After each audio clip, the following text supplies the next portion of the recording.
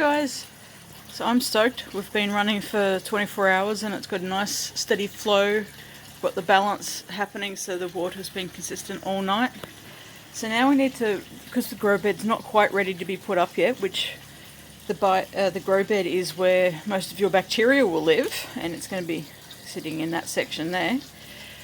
We need to get the bacteria started now, and it's quite common that people will get this part set up. So this is what I refer to as the aquaculture system, the aquaculture setup, because it contains everything the aquaculture part does. I haven't put the riser in the tank or the filter. I'll be doing that a little bit later today and just double checking the flow. But I'm very confident, having done this many times, that that's good, but I'll show you that later. But the point is, at the moment, we're wanting to get the bacteria starting to grow, because for me it's going to be at least a week before I've got enough clay in the grow bed for bacteria to start growing. So if I add some stuff now, I can get that happening now. So I'm going to move you over here. This is where, within an aquaculture system, your bacteria will start to live and grow. Okay, so this is called K1, this particular one, and it's a very special biological media that they use within aquaculture. It's got lots of surface area. See how it's got lots of holes and lots of corners.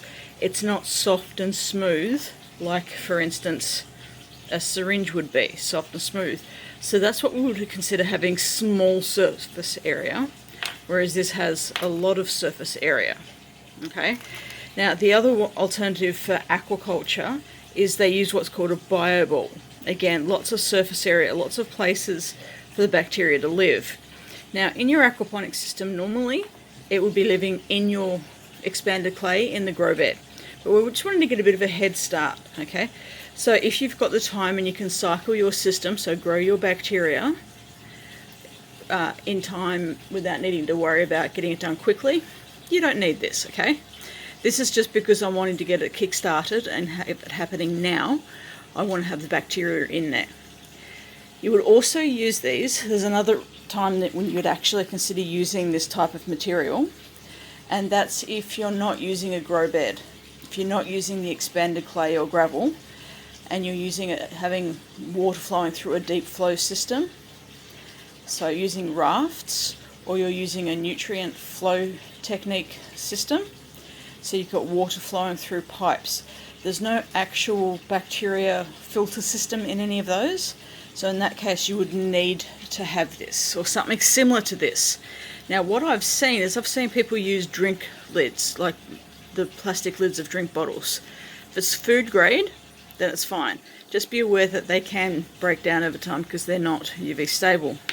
Now this is one thing that I did and have continued to do, honestly, since 2008, is this is shade cloth, and it's been rolled up and it's then just been tied up with a zip tie.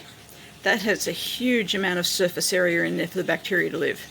So this is really cheap to do, and you can do it with any scraps of shade cloth you have. Whereas buying this sort of stuff, it's expensive.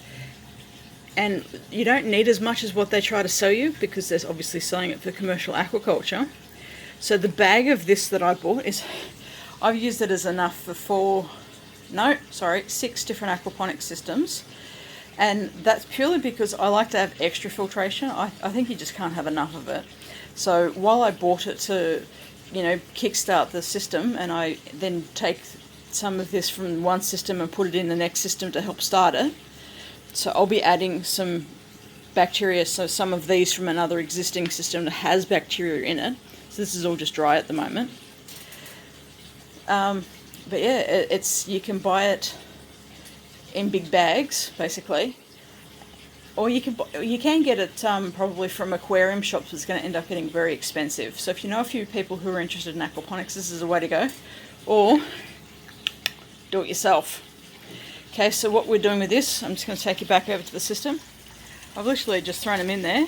They've got aeration. I've put in a little bit of fertilizer, so we'll start that happening. And tomorrow I've got to buy a mesh bag, which I couldn't pick up today, so I'll be able to get it tomorrow, hopefully. Putting it in a mesh bag just means that it's all together and it's not in the way. That can't get sucked up into my pump, because the pump's got a guard on it. So I could leave it like that, but to me that's just a little bit messy, so I'll be changing that.